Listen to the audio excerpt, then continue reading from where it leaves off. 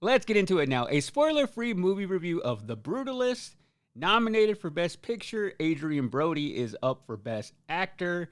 The director, Brady Corbet, is up for Best Director. The question I think most people want to know, is this movie worth 3.5 hours? It's a long one. I think, up to date, it is the longest movie I've ever seen in theaters. I don't mind a 3-hour movie. If a director and a story is big enough and warrants that runtime and I'm able to go and enjoy it and not even think about it, I am all for it. I'll kill an afternoon enjoying a great movie if it's truly a story that required it. And I think that is a big question. Once you get to that 3-hour mark, you have to have a reason to keep people there that long. When it comes to The Brutalist, I actually think it was worth that 3.5-hour runtime. I found myself at the end saying, I want a little bit more. I don't know exactly why I want more, but the way the story unfolded, I found myself fully enjoying it. I'll get into how I felt about the intermission because I've never seen a movie this long.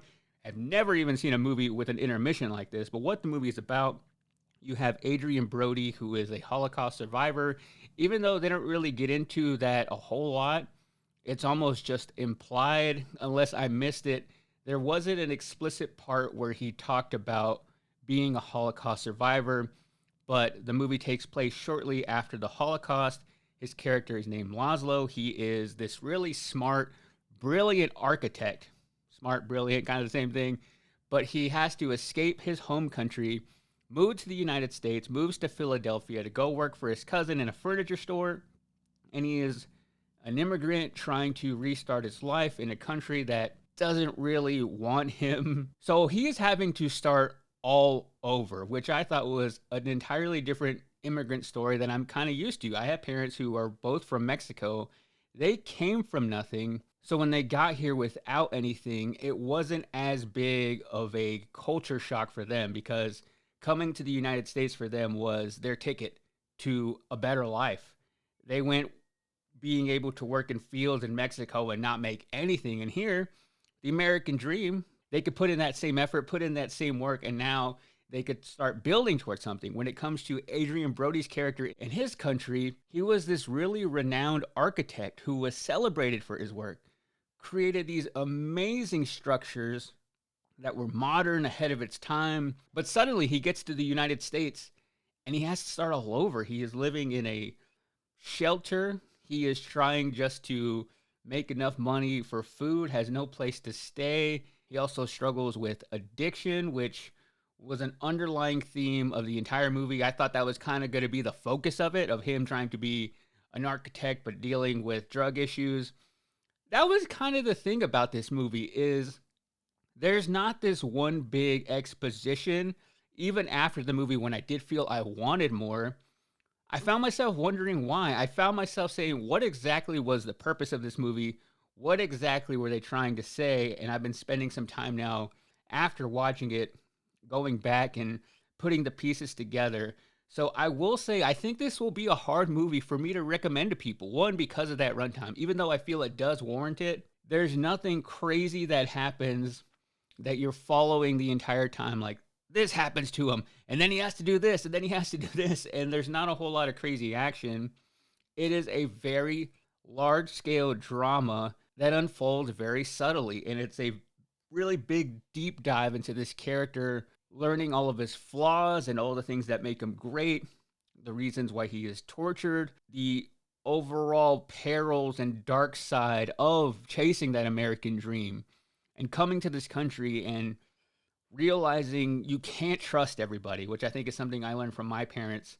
Sometimes people would take advantage of them. They would either go try to find a job, or somebody would say, hey, come work for me. They're working for them, and then they screw them. So there's a hard thing for people who come here of just knowing who to trust. That was the other part of this story, is you find yourself thinking, did this actually happen? Was this actually a real person? And it's actually not. It's a fictional story, not based on a real person, although some historical events, obviously, like the Holocaust and other elements of this story actually did happen. I found myself even wondering, what does the title mean? What is The Brutalist?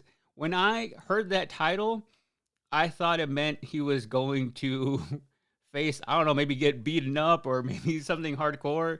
The Brutalist is actually a reference to an architecture style called brutalism, which is something that he was known for. It is a French phrase. I'm going to butcher this, but it's called béton brut, which means raw concrete. He was all about the raw concrete. I actually think the design looks fantastic. At that time in the 40s and 50s, I have to imagine it looked way ahead of its time. I feel even now it still looks pretty modern. And this entire movie is him just trying to build something. So that's why I say it's a hard movie to recommend, because I don't even think it's a slow burn, because sometimes a slow indicates indicates that eventually it ramps up to a lot of action. It is just about the journey of this movie. They even make a reference and a quote in this movie that I loved, that sometimes it's not about the journey, it is about the destination, which I feel is almost the reverse of explaining this movie, because it is kind of that journey that you go through with this character, and it's not so much about where you find yourself at the end. I don't even think that is fully important. And I think to some people, that may kind of piss you off that you get to the end and think, what did I watch? But I found myself enjoying the director's ability to really flesh out and understand all the inner workings of this character. And I think that is what makes this movie compelling, that I felt like I was there with him. And there are some movies you watch where they don't feel like movies at all. I felt like I was in this world, like I was in the 1940s, in the 1950s. Maybe it has to do with the way this movie was filmed, the cinematography, some of the shots. It felt very intimate.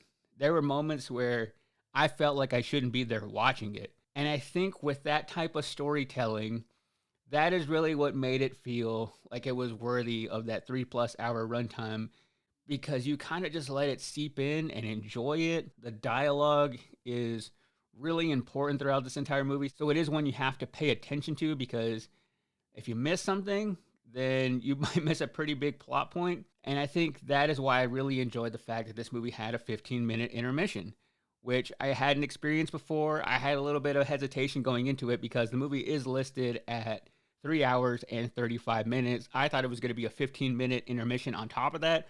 I'm like, that's almost 4 hours right there, not including the 10 to 15 minutes of previews. How it actually broke down is the intermission hit around an hour and 40 minutes.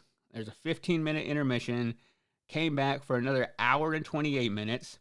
And then after that, there is a 6-minute epilogue, which is really quick. I thought that was going to be longer.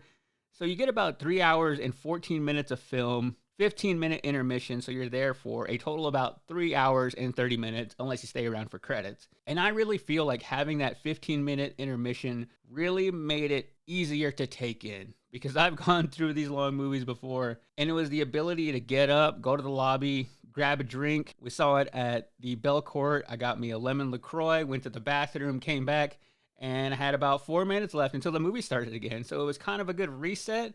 I thought I wasn't going to enjoy that, because I don't really like to stop the momentum once I'm at a movie and I'm fully in the story. But I think given that there wasn't anything high-paced or crazy amount of action in this movie, that I like the break to be able to reset my brain, go do what I need to do, walk around a little bit if I need to, come back and sit for the rest of the movie. I actually found myself enjoying it. I would not be opposed to going to see another movie with a 15-minute intermission.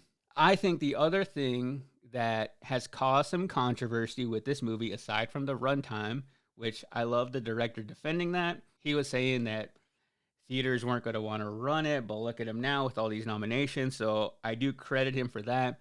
But I think some of the controversy has come from the fact that it came out that they used some AI to enhance Adrien Brody and Felicity Jones's Hungarian accent. And I think when people read that headline and hear that, you think that they used it the entire time and that they use it in a way that kind of diminishes the art, because a lot of acting, especially when you get a Best Actor nomination, is in that performance. Can you do the accent? Can you portray to the audience that you spent enough time understanding this character in order to portray them on the big screen? What they actually used was an AI voice cloning tool, and they didn't use it the entire time.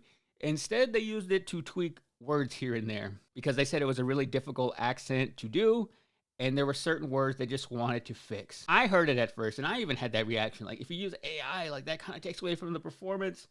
But it sounds like they just used it to tweak things here and there. It wasn't the entire time. I actually think the use of that is fine. I've used something like that before. I've taken interviews sometimes where you can't hear maybe somebody on Zoom, they have a response and a voice gets like that weird Zoom brrr, robotic sound.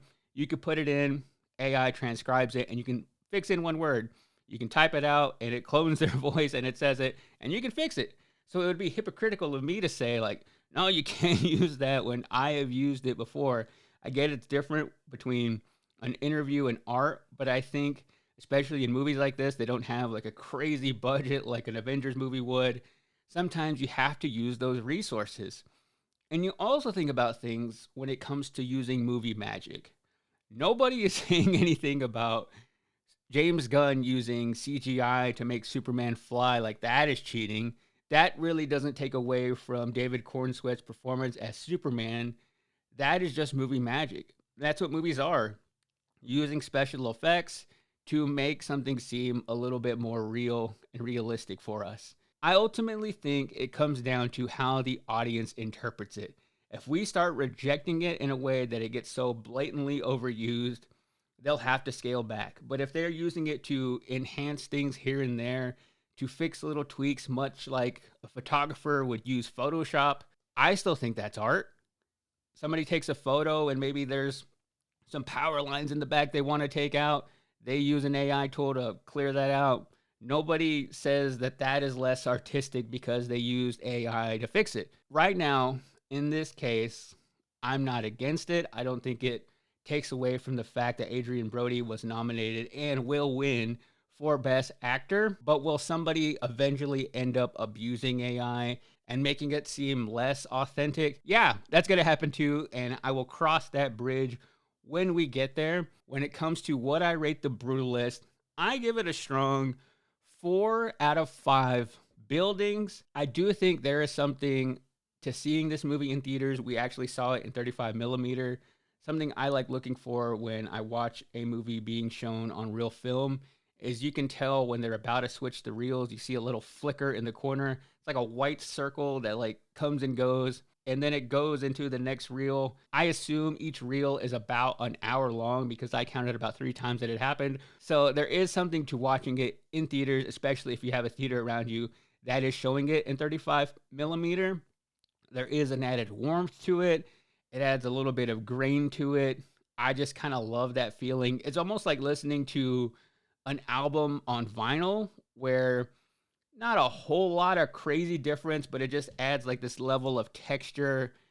And if you're somebody who's like a music snob and you're like, nah, you gotta let's do it on vinyl, it's kind of the same thing when it comes to watching something in 35 millimeter. But not everybody has a theater that shows it that way. But I think the benefit of seeing it in theaters is you are fully engaged the entire time. You're not on your phone and you're able to give it your full attention. I think if you watch this movie at home once it is available on streaming, I would compare it to me running outside versus me running on the treadmill. When I go run outside, I'll run 4 miles one way. I can't just stop because I have to go home. I'm already invested in those 4 miles. I'm going to come back and run a total of 8. But if I run 4 miles on the treadmill, you know how easy it is just to hit stop? I'm tired. This is boring. I'm going to hit stop. I'm in a gym. I kind of feel that way when it comes to watching a long movie. When you go see it in theaters, you're committed, you've paid for it, you were there, you're going to sit there the entire time. You get an hour into the movie, you're like, you know what, I'll just finish it at this point. You get an hour into a movie at home, you can just hit stop. You can go watch something else, go back to watching The Office. So I think that is the benefit of seeing it in theaters. So again, for The Brutalist, I give it 4 out of 5.